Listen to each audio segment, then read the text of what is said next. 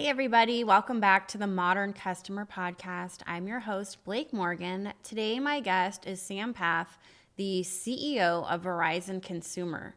Verizon Communications has 105,000 employees.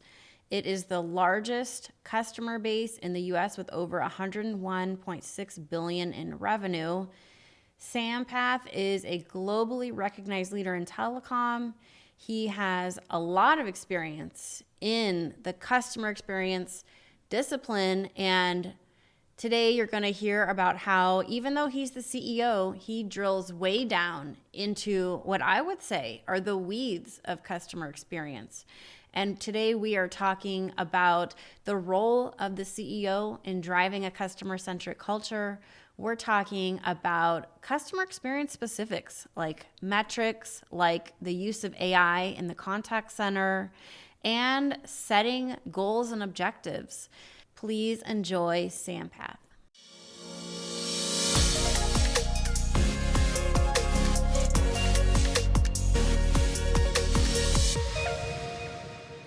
Sampath, welcome to the Modern Customer Podcast. Where in the world are you today?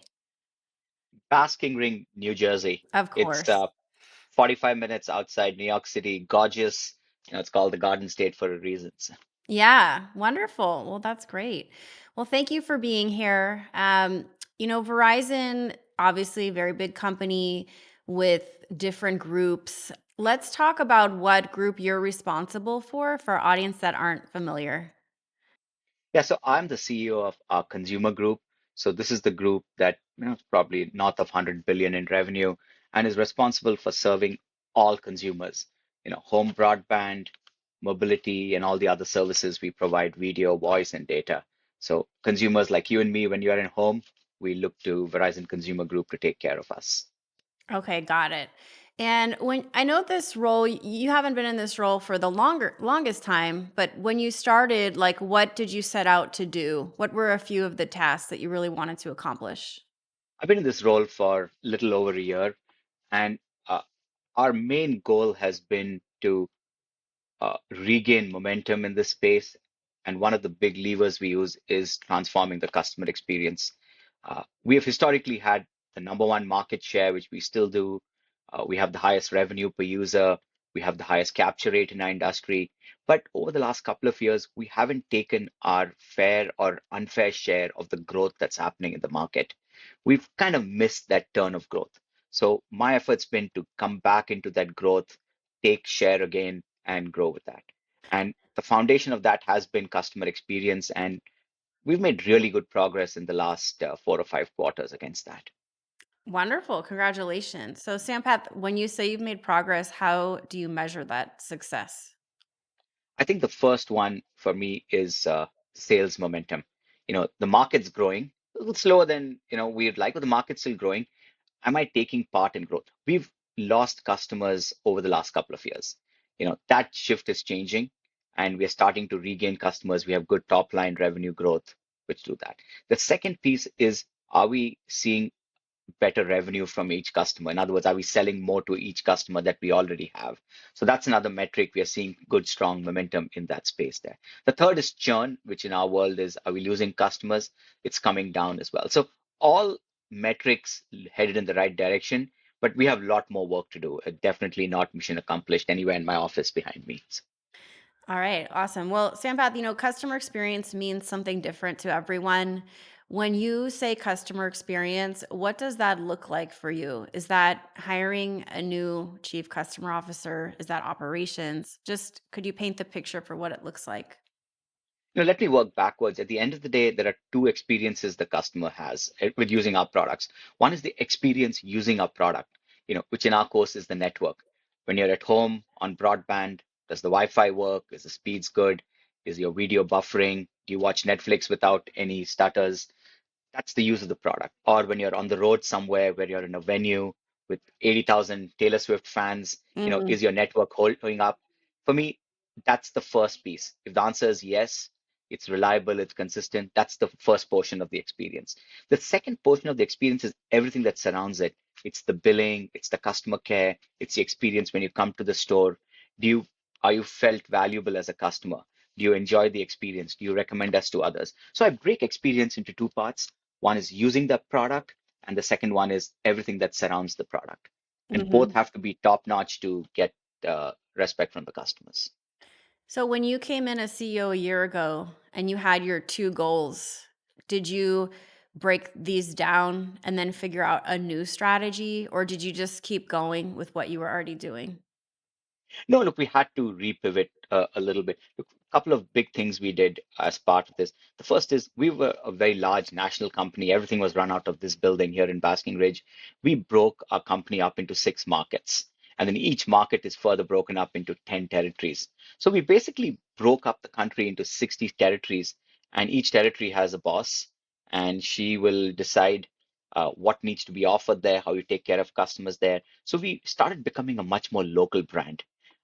We have a large store network, north of 6,000 exclusive Verizon stores, and it's difficult to run so many stores from a centralized approach. So getting more locals been probably one of the first biggest moves I made. The second one is how people buy our services. You know, Customers tell us it's confusing, it's frustrating, it's complicated buying home internet, home entertainment, mobility. They use all those three words in different adjectives that I didn't even know exist around that. So we relaunched something called My Plan, which was a really, really simple way to buy mobility. And we did that last year. And then last week, we kind of came back and did My Home, which is a simple way to buy home internet. And that's been huge. Both those launches, they've gone off very well. And it's changed the paradigm in the industry. It's not complicated, it's not frustrating, it's easy. So those were some of the big moves we've made to kind of change the course.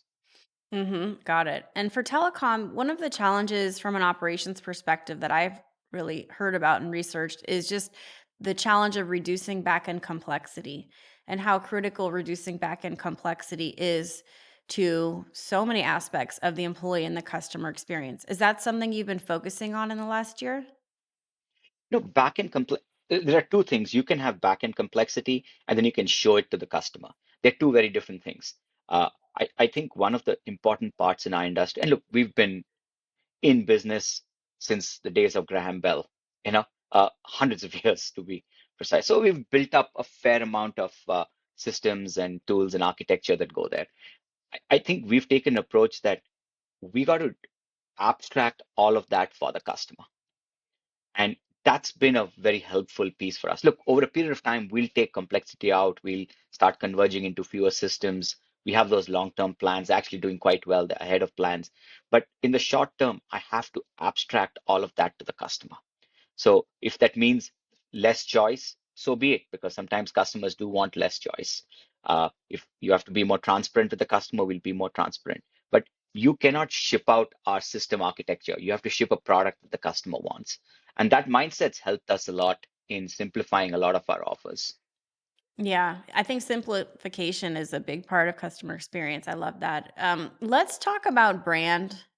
Is brand something that you set out to work on when you came in? Because it seems like at the C level, at least, customer experience and brand are highly connected, but it's not always easy to make that connection. So, is that something that you set out to improve? Yes, we just relaunched our brand last week. It's a much more fresher brand.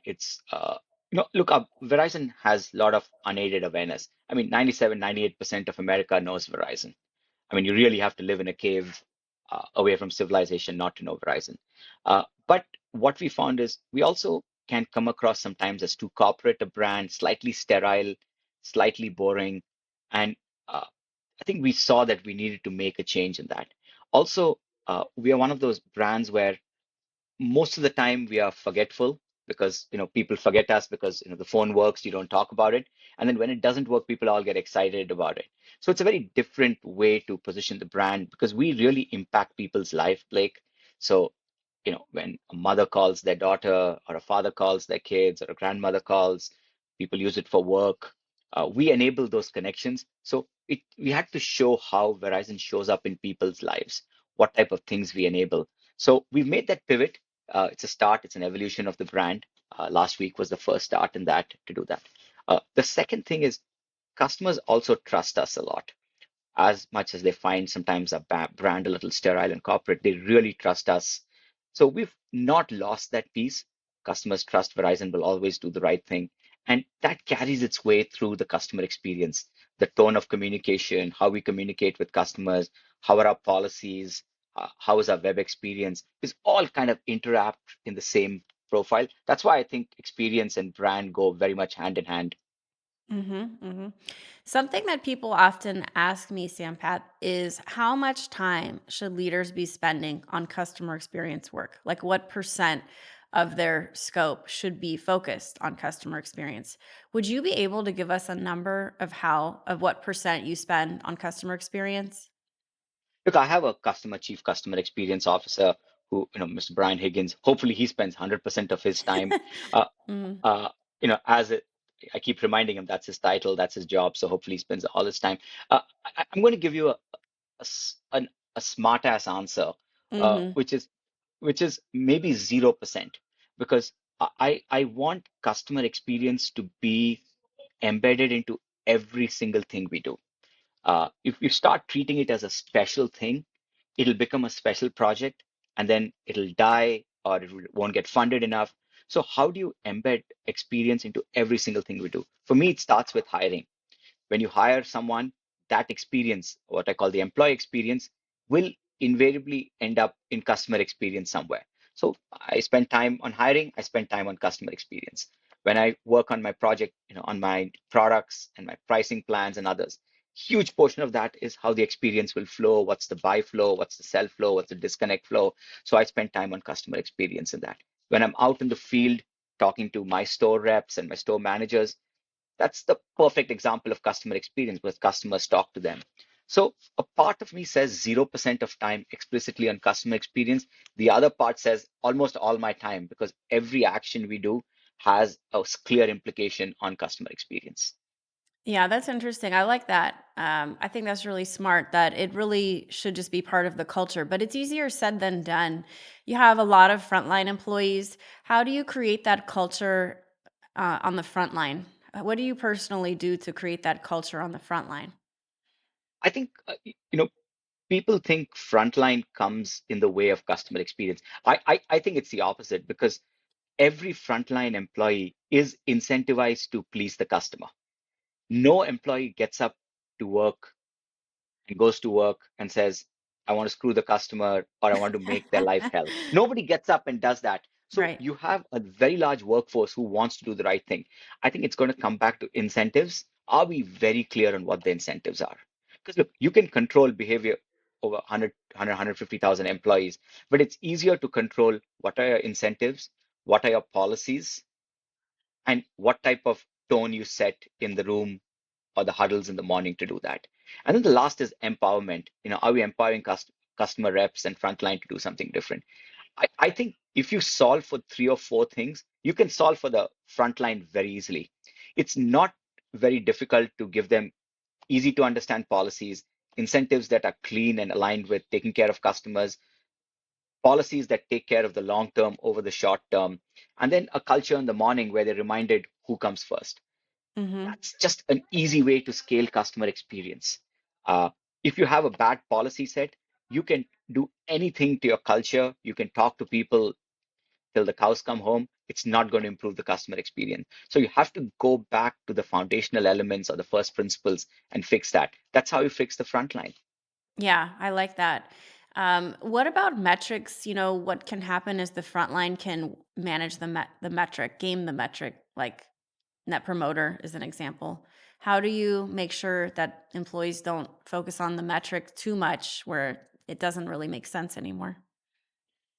When someone spends too much time on the metric, you've got it wrong. Uh, it's quite easy. I mean, Net Promoter Score is a perfect example of that. Uh, since we've picked on it, there's so much of collinearity and confounding factors that go into Net Promoter Score. Could be a price up, could be the economy, could be the other competitors in the mix. There's so many different things. And holding the employee responsible for NPS when 7 out of the 10 things they don't control makes no sense. So what we've done is we've created a set of leading indicators, you know, the transaction satisfaction, using data to understand where the drop was, And then you have lagging indicators like NPS to do that. But we are very careful not to let things that the employee can't control be in the metric profile of the particular employee. And that way, the employees feel more empowered because they can influence what's in front of them. The second is having a balanced metric here. Uh, we can go into, like we call it RIS or retail interaction score, but if you don't manage revenue per interaction, return rate over 30 days, calls to customer care after the retail interaction, you can get a high interaction score, but then all the other five surrounding metrics can not look great. So balance is important, and knowing which is a leading indicator versus a lagging indicator is important as well. Yeah, it's interesting to talk to you because most CEOs are not this in the weeds on customer experience, and you clearly are. Do you think you're different, or this is the modern CEO that has to be in the weeds of this stuff? I don't think of this as the weeds. This is how work gets done. For me, every time you roll out something, uh, I get a lot of energy in understanding how actual work gets done in the field, which means you got to take a product and go all the way down as deep as possible till you understand where things break. And that's how you scale. And I do think when you run large frontline sales teams, you're going to have to do that because you can come up with a really cool product idea. But if incentives are wrong, training is wrong, metrics are wrong, the collateral in the store is not right, or there are seven conditions that have to be met before a customer gets a particular promo, the whole model is going to collapse. So details are super important because that's what the customer faces. So for me, I every time I launch something, I immediately put myself in the customer's shoes. What will the customer face in front? The second thing I enjoy doing is taking care of customer escalations. Look, we are a very large company. We have 72 million postpaid customers, probably 20 million plus prepaid customers. So every second household in America is a customer of mine. We get escalations. I try and go through every escalation I get myself. I Hmm. respond to many of them myself, either on social or on email. And every escalation, there's a story. I have never had a customer escalation where I haven't learned something. I Hmm. had one this morning about people trying to change from a business line to a consumer line.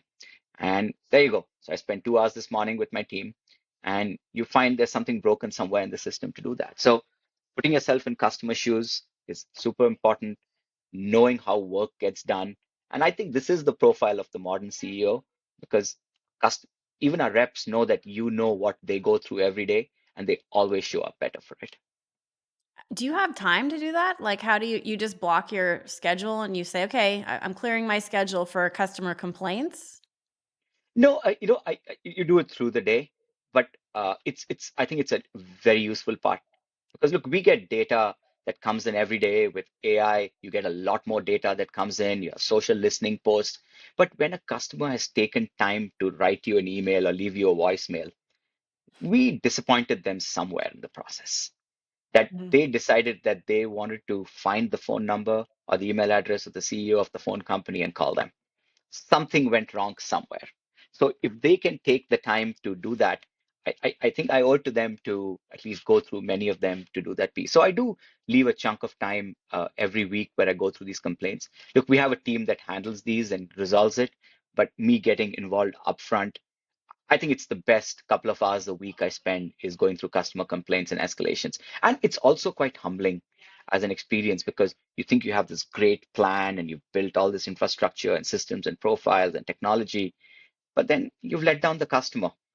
And knowing that you as a company could not solve the customer's problem when you thought you did is a very humbling experience. And I think it's important to balance that out in all the victories and the celebrations we do as well.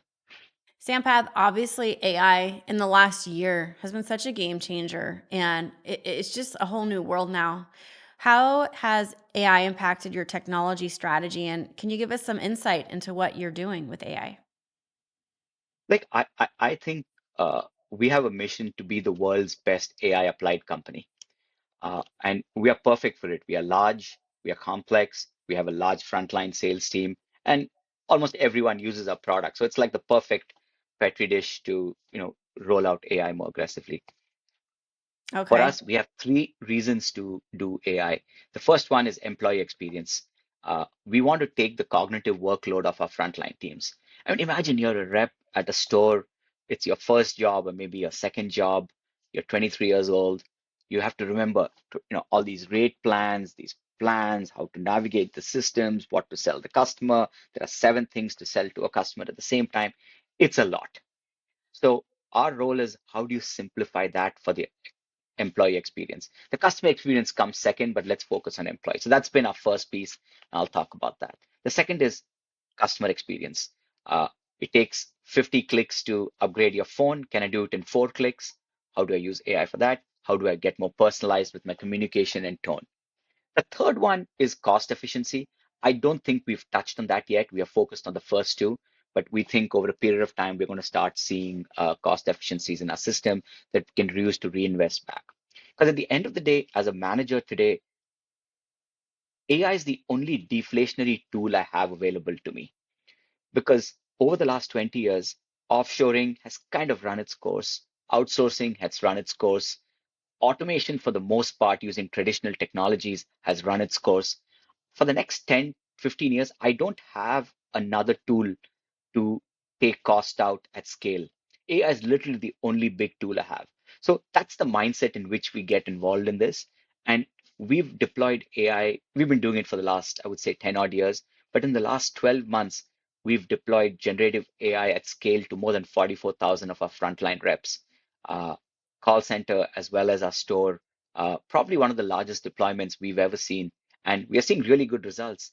Just to give you some stats, we've taken between 2 and 4 minutes off every call when we use Gen AI to do that. We are seeing better close rates on our personalized email. But I feel we are only at the top of the first innings on that. We've got whole teams working for it. And I think over the next 2 years, we're going to see even more step function improvement in this.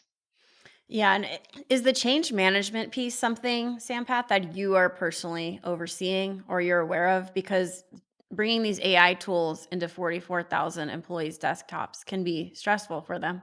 Is that something you're interested in, the change management part? It is. That's why we started with the employee experience and not the customer experience. It's a very careful calibration of solving employee needs first. They have cognitive load, the systems are complex, they have to remember too much. How can I take workload off their back? It's not very difficult to go to a team member and say, hey, I want to take some of your workload off your plate. No one's going to say, no, no, don't take the workload. I want to work harder. So that's been a very helpful tactic for us to do that. The second is we've communicated a lot, what it can do, what it cannot do. We've been supremely transparent about that piece. So we actually have gotten a lot of support from our frontline teams because it helps them on a day-to-day basis to get things done. Got it. Well, great. It seems like you're very engaged on every level, especially with the frontline, which I think is really awesome. We're reaching the end of the formal interview together. CEO and customer experience. I mean, a lot of companies still don't get it. They're not investing. The CEOs are not taking escalations. They're not as interested. What message do you have for other CEOs about customer experience and its role in what you do? I think it starts with conviction that a better experience leads to more revenue, which leads to more profit. If people don't believe that, almost the rest of this conversation is not that helpful to them. You need to have strong conviction that people will pay more or stay longer with you if you have a significantly better experience. The second is the experience cannot be good enough. It has to be for the price point you pay. There's a price value equation already. It is a definite sustainable competitive advantage if you do it right. Again, people need to believe in that. If you don't believe there's a competitive moat because of experience, then people won't spend time on it.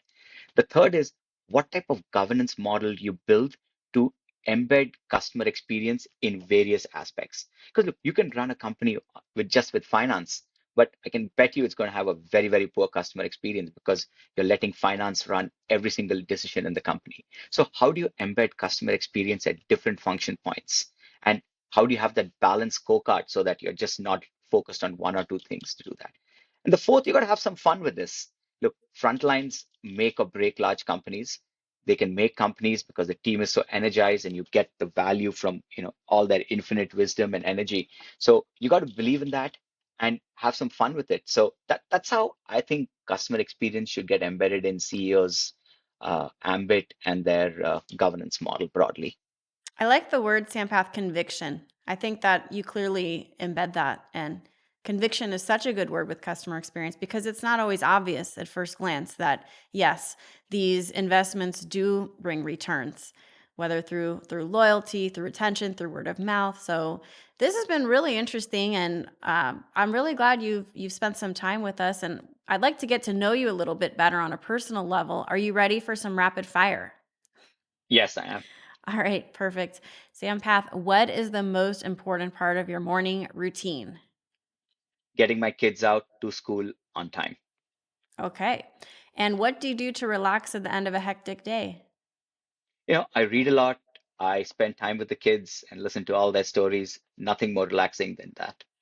What show are you currently streaming? I'm pretty late on Yellowstone, but I'm probably getting caught up on Yellowstone and all its various spin-offs right now. So, Oh, awesome. What's your favorite leadership book or resource? I think Good to Great from Collins is definitely a great book.